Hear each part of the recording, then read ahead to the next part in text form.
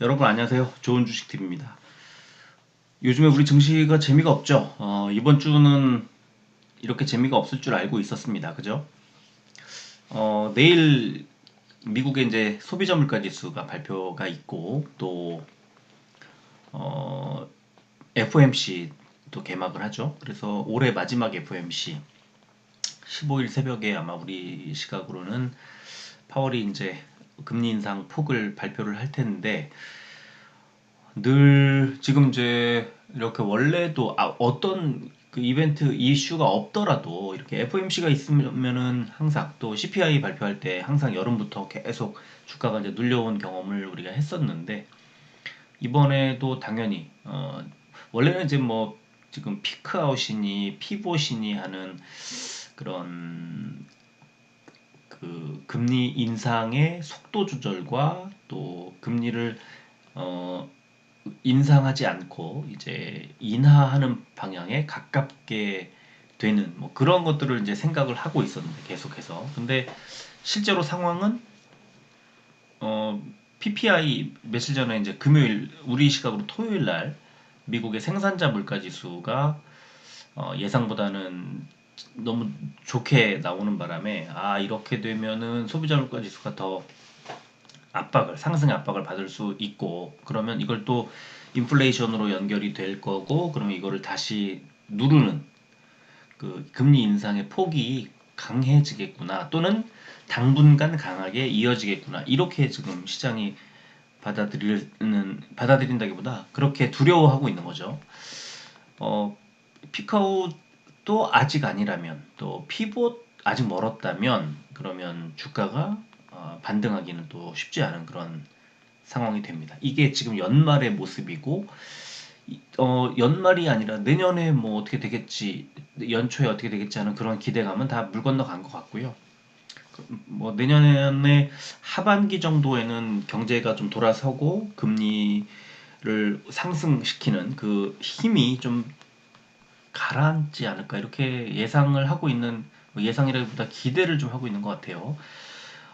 아직 알 수 없죠. 아직 아무것도 알 수 없고 암흑 같은 그런 느낌이 듭니다. 이번 FOMC에서는 일단은 0.5%포인트 정도 빅스텝 정도를 시장에서 예측을 하고 있는 것 같고 CPI도 이제 예상치가 좀 나왔어요. 그래서 그거를 그 안쪽에서 CPI가 나와줘야 될 텐데 예상 가능한 범주 안에만 들어오면 시장은 두려워하지 않습니다.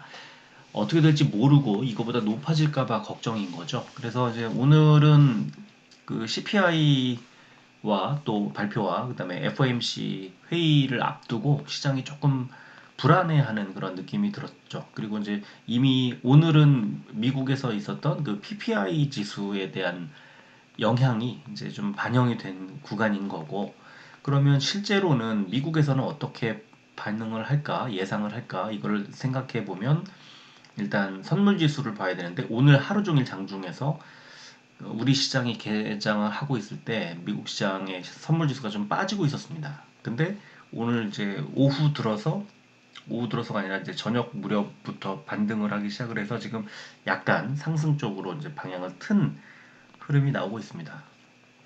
이제 이런 상황에서 오늘 이제 환율까지도 조금 올라가 버리는 바람에 오늘 우리 증시는 전체적으로 좀 약한 흐름을 보여줬고 그렇다고 아주 뭐 대단히 많이 그 하락하고 폭락하고 이런 수준은 또 아니었고요.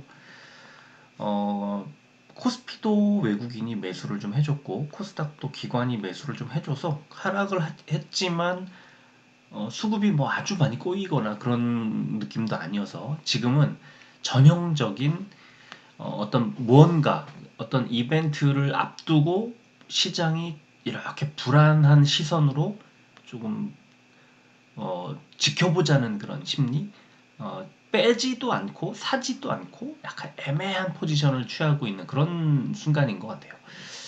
뭐 지금은 지수도 그렇게 크게 위아래로 움직이지 않고 있고요. 뭐 전형적인 홀딩하는 구간인 것 같아요. 다만 지금 이제 지난주 후반부부터 2차 전지주들의 하락세가 오늘도 이어졌는데 뭐 종목별로는 약간 달랐긴 하지만 그뭐 폭락은 아니고 그냥 상승으로 전환하지 않았을 뿐인 거죠. 이제 하락세, 약하게 하락세가 좀 이어진 그런 느낌이 있었습니다. 특히 대형주들 쪽이 좀 하락을 했는데, 이따가 이제 좀 보여드리겠습니다만, 테슬라, 첫 번째는 테슬라, 그 다음에 두 번째는 그 최근에 이제 이런 어떤 2차 전지 쪽에 그 소재 관련 종목들을 견고하게 이끌었던 이제 광물들, 뭐 리튬으로 대표되는 그 광물 가격이 한 달 넘게 하락을 하고 있습니다. 그래서 그런 이제, 그러니까 테슬라가 이제 정점에 있어요.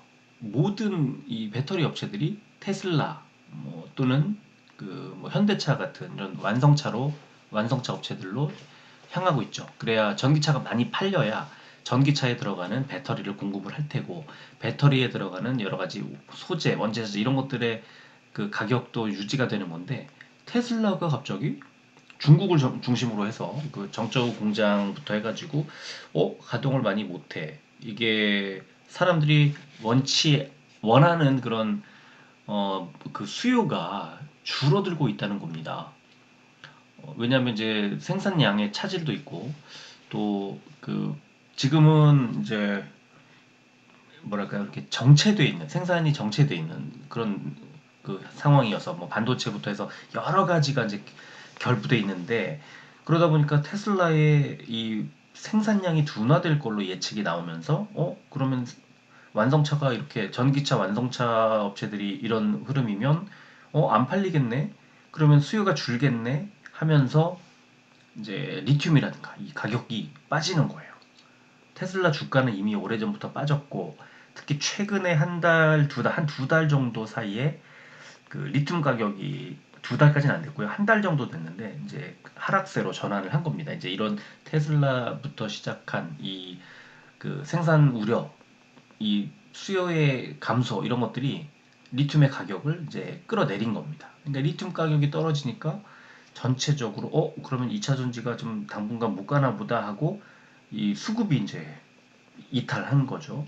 사질 않는 거죠. 주가를 안 사죠. 주식을 사줘야 밀어올리는데 이제 안 사주니까 그럼 안 되겠다 하고 파는 거죠. 그래서 이제 수요가 꺾인 거예요.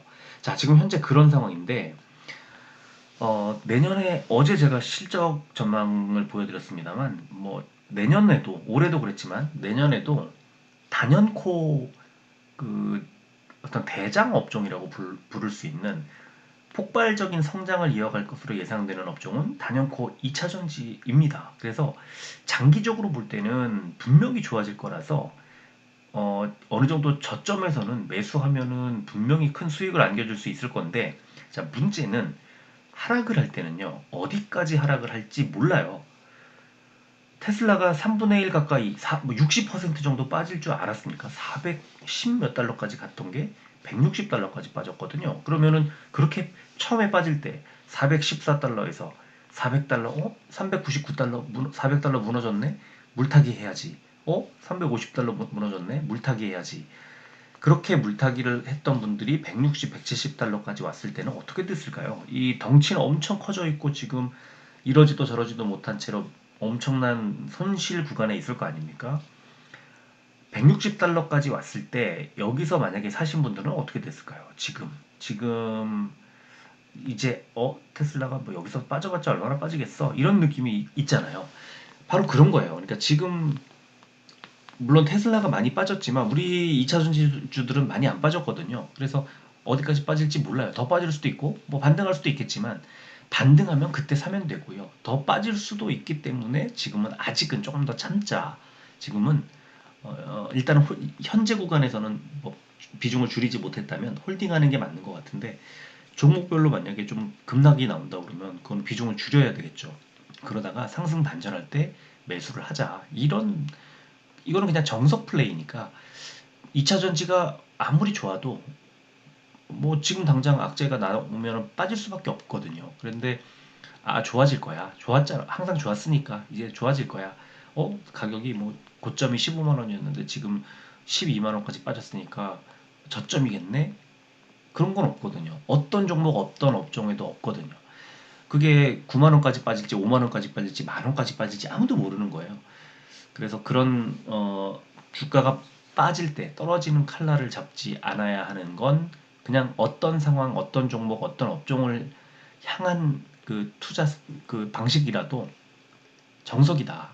그래서 반등할 때, 오를 때 사는 게 맞습니다. 근데 오를 때는 또 너무 많이 올랐나 봐. 바닥에서 못 잡았어. 이러면서 아쉬워하시는데 그럴 필요 전혀 없어요. 그래서 그럴 때 보조 지표들을 활용을 해서 여러 가지로 이 정도에서 사서 이 정도에서 팔아야지 하면 기계적인 매매를 할 수 있고 감정을 배제한 매매를 할 수가 있게 되는 건데 지금은 2차 전지가 뭐 아니라 그 어떤 종목 업종이라도 어느 정도 과매수 구간이면 덜고 과매도 구간이면 사고 이런 좀 기계적인 냉철한 마인드가 좀 필요하지 않을까 싶습니다.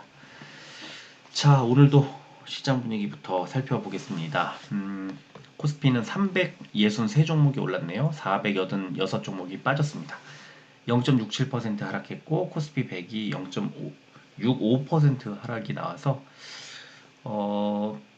대형주 흐름이 뭐 지수와 좀 비슷하게 흘러갔죠. 코스닥은 574종목이 올랐고 868종목이 빠졌습니다. 그래서 0.59% 하락을 했고요. 코스닥 150은 1% 가까이 하락을 해서 대형주들 흐름이 좋지 않았습니다. 코스피는 외국인만 샀고 개인은 매수 매도가 거의 비슷한 흐름이었던 거고요. 기관이 좀 매도를 했고 코스닥은 외국인만 매도를 했는데 오늘은 그 매수 매도가 그 세력이 거의 비슷하게 크게 움직이지는 않은 것 같아요. 선물지수 약하게 상승을 하고 있고요. 원달러 환율이 0.45%가 올랐습니다. 1307원대까지 다시 회복을 했고요. 뭐 회복했다고 표현하기는 좀 그렇지만 어쨌든 조금 올랐습니다. 그리고 국제 유가는 오늘 0.62% 하락을 하면서 다시 71달러대까지 하락했습니다. 코스피는 미국의 FOMC를 앞두고 생산자 물가지수 상승에 따른 긴축 지속 우려로 원화 가치와 아시아 주요 증시들이 약세를 보이는 가운데 기관 매도세가 나오면서 건설업 등을 중심으로 하락 마감했다. 코스닥은 미국의 물가지표 상승에 따라 약세를 보인 나스닥 영향으로 외국인들의 매도세가 나오며 반도체 등을 중심으로 하락 마감했다. 이런 분석이 나왔습니다. 코스닥은 미국의 FOMC 경계감 속의 하락 마감 이런 제목으로 미국 증시가 예상치를 상회하는 11월 PPI 발표에 약세를 보인 영향으로 하락 출발한 지수가 미국 FOMC 경계감 속에 아시아 증시 약세 그리고 원달러 환율 강세 등의 글로벌 위험회피 심리에 하락 마감했다. 그리고 중국의 한한령 추가 해제 기대감에 콘텐츠 관련 업종이 강세를 보인 가운데 코스닥 시장 상장 규정 개정에 따른 관리 종목 해제에 관련주들이 상한가를 보였다. 이런 분석이 나왔습니다. 시총 상위주를 보면은 코스피는 오른 종목이 몇 종목 안 됩니다. 삼성 SDI, LG화학, 현대차, KB금융이 올랐는데요. 뭐 KB금융 정도를 빼면은 오늘 2차전지 LG에너지솔루션이 빠졌지만 삼성 SDI하고 LG화학은 좀 반등이 나온 거고요. LG에너지솔루션하고 셀트리온이 2%대 하락이 나왔습니다. 삼성전자도 다시 5만원대로 내려왔고요. 코스닥은 셀트리온 헬스케어와 셀트리온 제약이 빠졌고 리노공업도 3%대, 알테오젠이 5%대 하락을 하면서 오늘 바이오들의 흐름이 좀 좋지 않았습니다. 코스닥 제약이 좋지 않았고 반면에 스튜디오 드래곤 오늘도 7% 상승이 나왔고 또 CJ ENM도 7% 정도 상승이 나왔습니다. 펄러비스가 3.7% 올랐고요.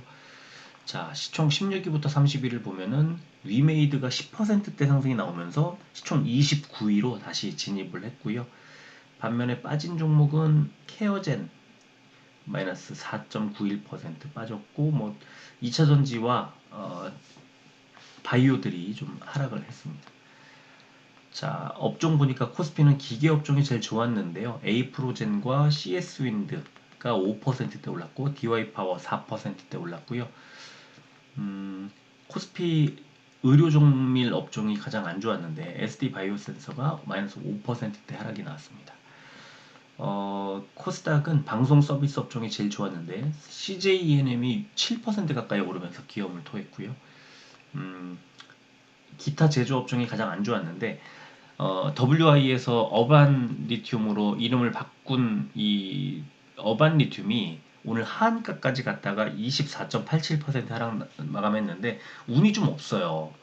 좀 일찍 이름을 바꿔갖고 상장을 했다면 굉장히 좋은 모멘텀 속에 주가가 많이 올랐을 것 같은데 지금 리튬 가격 꺾이고 2차전지가 안 좋아지는 상황에서 사명을 또 하필이면 리튬이라는 이름을 붙이는 바람에 하한가까지 오늘 맞았습니다. 아마 이름 바꾸는 타이밍에 따라서는 어쩌면 하한가가 아니라 상한가를 갔을 수도 있는 그런 상황이 아니었을까 이렇게 예상을 하는데 어쨌든 그 분위기가 안 좋은 상황에 재상장을 하면서 하한가까지 갔었습니다.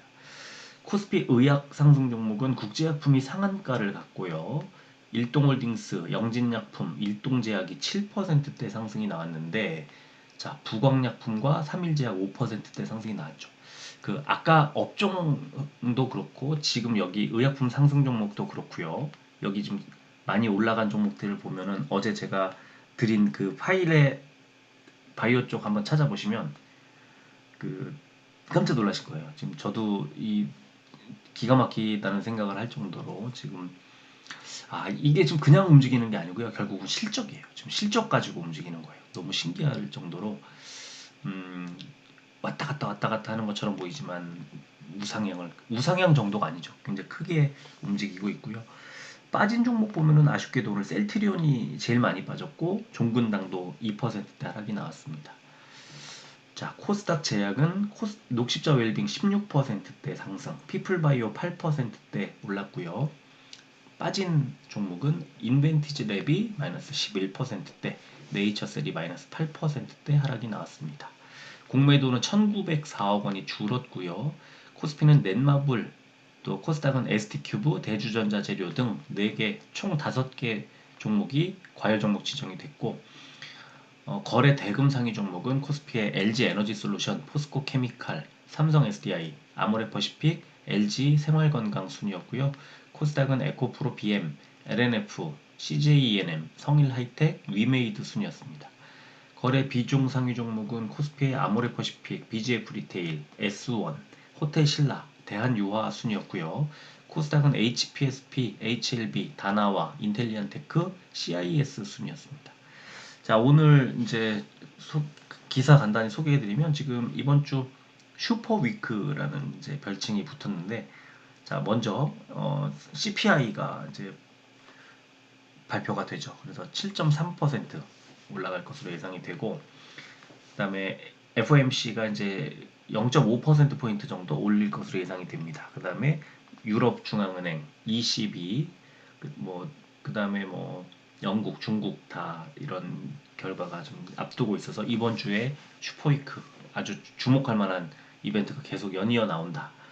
그리고 지금 그걸 자세히 소개한 내용인데요. CPI 발표, 그다음에 또 FOMC, 그다음에 유럽 중앙은행 그 금리 인상 이 기준들 보시면은 일단 CPI가 먼저 이제 지난달보다 0.2% 올라서 10월보다는 조금 상승 폭은 둔화될 걸로 예상되지만 계속 올라가고 있는 것도 좀 어쩌면 시장이 좀 아쉬워할 수 있는데 전년 대비 상승률도 7.7에서 7.3%로 좀 빠질 것으로 예상을 한 거예요. 그래서 이제 이렇게 되면 물가 정점론 그러니까 피크아웃이 더욱 힘을 받을 것으로 보인다. 이런 얘기가 나오고 있는 거고요. 그 다음에 이제 FOMC에서 그 회의 결과를 발표할 때 파월이 이제 금리 인하 시그널을 좀 기대하는 것 같아요. 그래서 지금 여기 재밌는 내용이 있어서 소개를 해드리는 건데 선물지 시장에서 이 트레이더들이 그 연준의 강력한 긴축 때문에 경기 침체가 오면서 내년 하반기에 금리가 인하될 거다 이렇게 전망을 지금 하면서 가격에 반영을 하고 있다 이런 내용이에요. 그래서 시티그룹에 의하면 선물 시장은 지금 앞으로 연준의 금리 인하 폭이 200 베이시스 포인트, 1 베이시스 포인트가 0.01% 포인트니까 25 베이시스 포인트가 0.25. 그럼 0.25씩 8번을 낮추면 그러면 200 베이시스 포인트거든요. 0.5씩 하면은 4번, 금리를 4번 낮추는 거예요. 0.5씩 하면 0.25씩 하면 8번을 낮추는. 그래서 이 200베이시스 포인트가 1989년을 끝으로 하는 금리 인하 사이클 가운데 가장 큰 폭으로 금리를 낮추는 거다. 이렇게 예상을 하고 있고요. 금리 인하가 내년 하반기에 시작을 해서 2025년 여름쯤에 끝날 것으로 이렇게 선물 시장에서 예측하고 있다는 겁니다. 그럼 만약에 진짜로 내년에 하반기에 금리를 낮추게 되면요. 올해 그러니까 내년 상반기, 그러니까 아마 2분기쯤부터는 주가가 반등을 할 가능성이 높다. 이렇게 지금 보고 있는 거예요. 이게 진짜 이렇게 될지 아닐지는 모르지만 선물 시장에서는 일단 이렇게 움직이고 있다는 겁니다. 그렇지만 연준은 전혀 다른, 그러니까 끈질긴 인플레이션으로 높은 금리를 계속해서 내년에도 지속을 하면서 피벗 기대감을 일축하는 분위기다. 금리 인하 쪽으로 방향을 틀지 않을까 하는 시장의 기대에 계속 찬물을 끼얹고 있다는 겁니다. 그래서 지금 아직은 그 연준에서는 인플레이션이 아주 인플레이션 잡는 게 중요하기 때문에 금리를 좀 더 올릴 거고, 올리는 그 어떤 속도는 좀 줄일 수 있겠지만 시기는 조금 더 늦춰질 수도 있다. 금리를 인상하는 그 시기가 내년 상반기에 끝나는 게 아니라 내년 어쩌면 2분기, 3분기까지 갈 수도 있다는 그런 좀 다소 매파적인 그런 분위기로 좀 흘러가고 있다는 그런 얘기고요. 자, 그 다음에 제닛 옐런 미국의 그 재무장관이 엊그제 미국의 한 방송사와의 인터뷰에서 내년 연말까지 인플레이션이 훨씬 낮아질 거다. 별다른 일이 안 생긴다면 이런 얘기를 했다고 해요.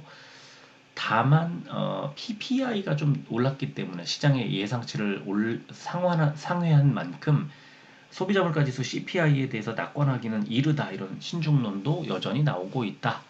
이렇게 시장에서 지금 내년 하반기 정도에 그 인플레이션이 잡힐 거라는 건데, 그 잡기 위해서는 금리 인상의 속도나 그다음에 기간이 중요하거든요. 근데 아직은 알 수 없고 올해의 마지막 FOMC를 앞두고 발표될 CPI 이제 굉장히 중요하게 작용을 하는 겁니다. 그리고 최근에 2차 전지주들이 힘을 못 쓰고 있고 LG 에너지 솔루션과 에코프로비엠의 주가가 뚝 떨어졌다라는 그런 기사.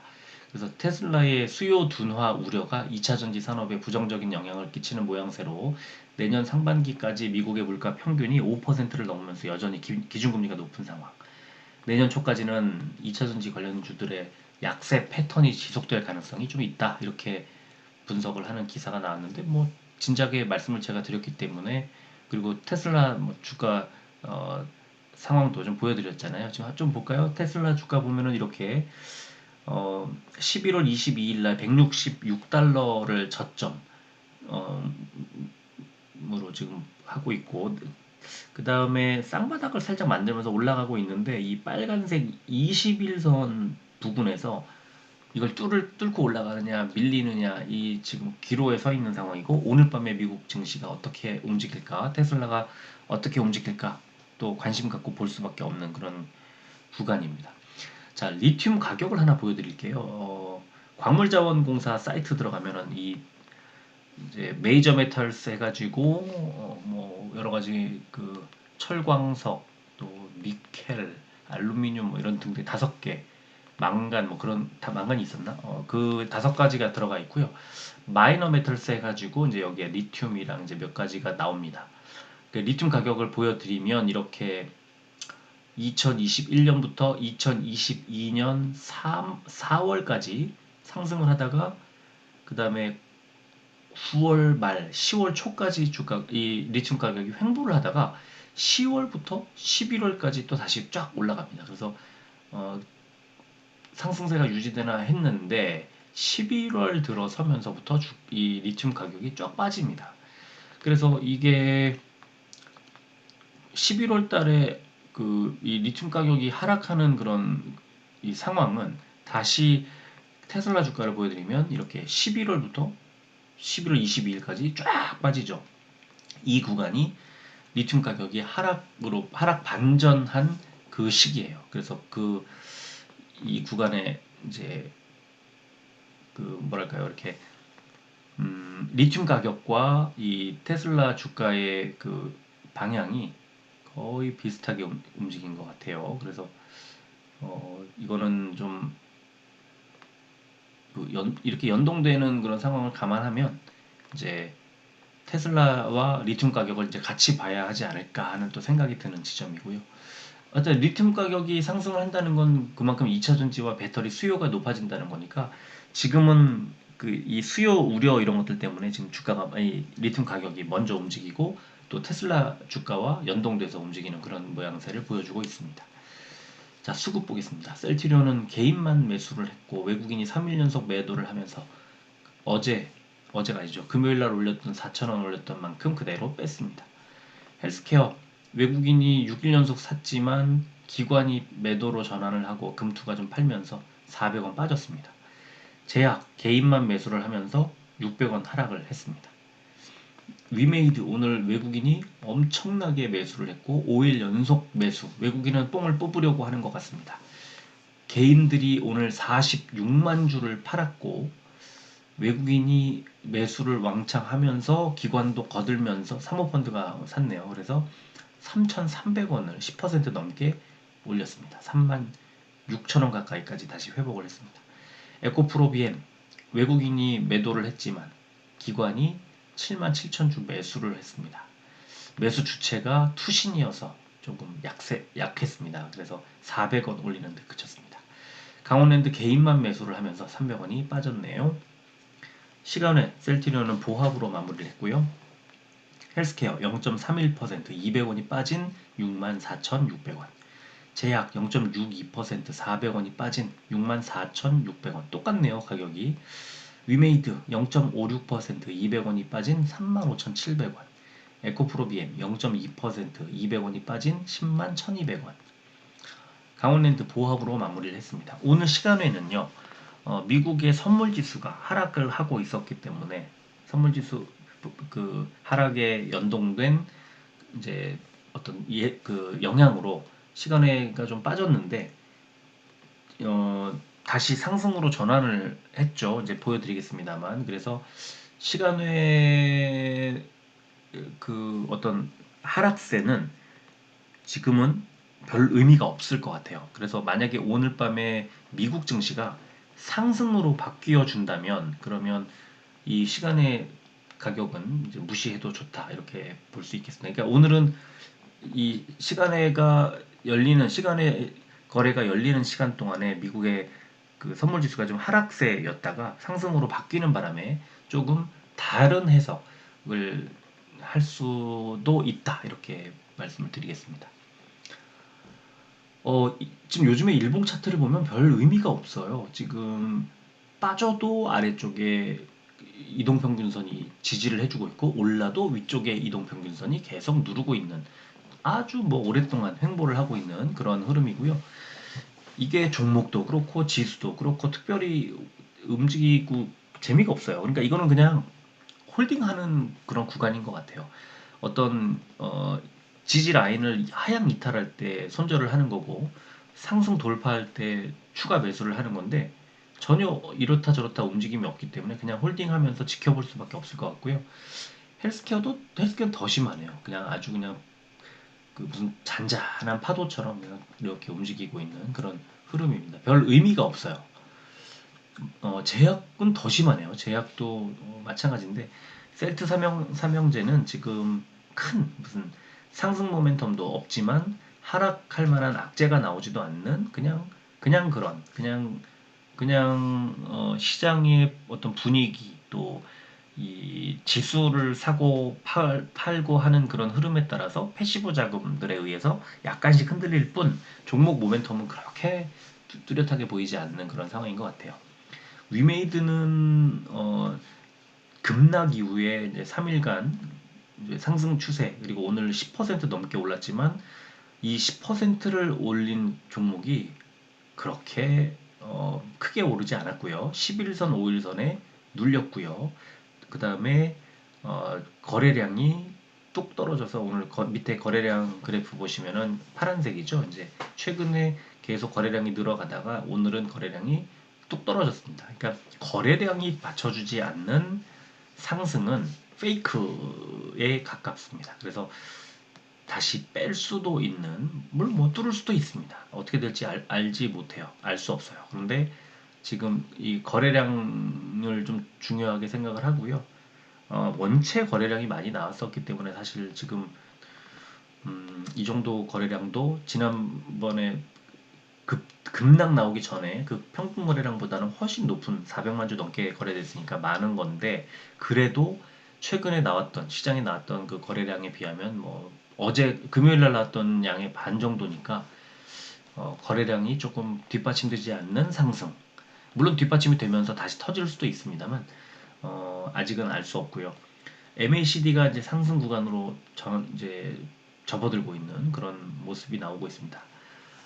그렇다면은 뭐 이 지금 11선을 돌파하는 모습이 나온다면, 그러면 결국은 위쪽에 노란색 21선 있는 그 구간까지는 주가를 올릴 수 있다는 건데, 아직은 이렇다 저렇다 얘기를 할 수 없는 상황이고, 그냥 팩트만 얘기를 하면 주가가 너무 지나치게 급락한 상황에서 일단 머리 위에 있던 5일선, 11선 부분까지 붙였다. 그러니까 급락한 그 구간에서의 이격도를 너무 많이 빠졌으니까 그 이격도를 줄인 정도, 그러니까 기술적 매수가 들어온 거다, 이렇게 판단할 수 있을 것 같습니다. 에코프로비엠도 굉장히 많이 하락을 했는데, 이렇게 하락 추세 속에서 어, 바닥에 이제 아래꼬리 달고 양봉을 만들어내고 이러면은 이제 상승할 가능성이 높아지는 그런 그 어떤 패턴으로 읽거든요. 그리고 지금 스토캐스틱 보시면 아래쪽에 이제 과매수 구간에서 이제 어떤 상승, 그러니까 매수 시그널을 만들어내기 전, 아마 내일이나 모레쯤 에코프로 BM의 내일 정도 조금 더 횡보하다가 약하게 약보합 또는 강보합으로 횡보하다가 그 다음에 이제 상승 추세로 만들어내는 타이밍이 한 수요일이나 목요일 정도가 아닐까 예상이 되고요. 아직은 뭐 알기는 어렵지만 전체적으로 이제 어느 정도 빠질 만큼 빠진 그런 흐름이 나온 게 아닌가 싶습니다. 강원랜드는 오늘 21선을 깨고 내려왔고, MACD도 매도 신호를 보여주고 있고, 그래서 아래쪽에 61선까지 좀 더 빠질 것 같아요. 61선을 정확히 이제 좀 짚어드리면, 강원랜드의 61선, 61선과 아래쪽 매물대가 겹치네요. 61선이 24,000원입니다. 자, 24,350원에서 24,000원까지 하락할 가능성을 염두에 둬야 될 것 같다. 왜? 21선이 무너졌으니까. 그렇게 생각을 합니다. 자, 그리고 코스피 지수 보시면 121선에 탁 앉아 있어요. 121선이 2000, 지금 정확하게 읽어드리면 코스피 121선이 2371포인트, 지금 코스피 지수가 2373포인트니까 2371.8포인트가 121선입니다. 그러니까 사실상 2372라고 보면 정확히 121선에 앉아 있고, 4일째 121선의 지지를 확인하고 있다고 할까요? 이 더 아래쪽으로 안 빠지고 121선에서 놀고 있습니다. 여기서 만약에 빠지면 초록색 61선 2330포인트까지 빠지는 급락이 나올 수 있고요. 오르면 위에 5일선도 있고, 그 다음에 11선인가요? 11선이네요. 2414. 5일선은 2381. 올리면 5일선 정도까지 아주 조금 횡보하는 그런 구간이 나오지 않을까 싶고요. 지수 자체의 이 보조지표를 보면은 스토캐스틱 슬로우가 이제 매수 신호 보여주기 직전 좀 과매도 구간에 있는 상황이어서, 여기서 하락 쪽 61선 하락 쪽으로 빠진다기보다는 위쪽에 11선 쪽으로 2400포인트를 향해서 반등할 가능성이 좀 있지 않을까, 이렇게 예상이 되고요. 코스닥도 아래쪽에 초록색 61선이 700 한 10포인트 되네요. 그러니까 빠지면 한 오늘 정도 하락 수준 요 정도에서 하락할 가능성이 좀 있어 보이고 올리면 11선 724포인트 약간 이제 그 정도 안에서 움직일 것 같습니다. 그러니까 61선 710포인트에서 720 한 5포인트 정도 그 사이에서 코스닥은 움직일 가능성이 좀 매우 높다 이렇게 생각을 합니다. 자, 지금 여러분들 보고 계시는 미국의 선물 지수가 상승 전환하는 모습을 보시는 건데 다우존스는 54포인트, S&P 500이 11포인트, 나스닥이 39포인트가 이제 올랐습니다. 그죠? 오르고 있는 상황인데 지금 현재 상황은 어떤가 보겠습니다. 지금 상황은 다우존스가 84포인트 상승폭을 크게 키우고 있고 S&P 500이 14포인트 약간 높아졌네요. 나스닥은 43포인트로 약간 높아졌습니다. 지금 어느 정도 1시간 반? 1시간에서 1시간 반쯤 전하고 비교를 하는 건데요.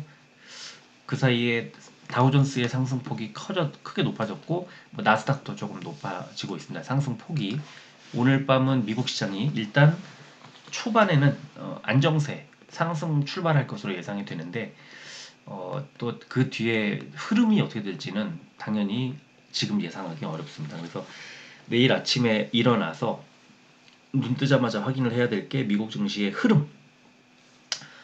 분명히 상승 출발할 가능성이 높은데 여기서 이제 바로 뭐 하락 반전할 수도 있는 거고 상승세를 키워갈 수도 있는 거고 그래서 확인을 반드시 해야 될 것 같고요. 또 필라델피아 반도체 지수 그리고 테슬라의 주가 흐름 이런 것들을 꼼꼼하게 체크를 할 필요가 있겠다 이렇게 말씀을 드리면서 오늘 방송을 마무리하겠습니다. 자, 여기까지 하겠습니다. 끝까지 들어주셔서 고맙습니다.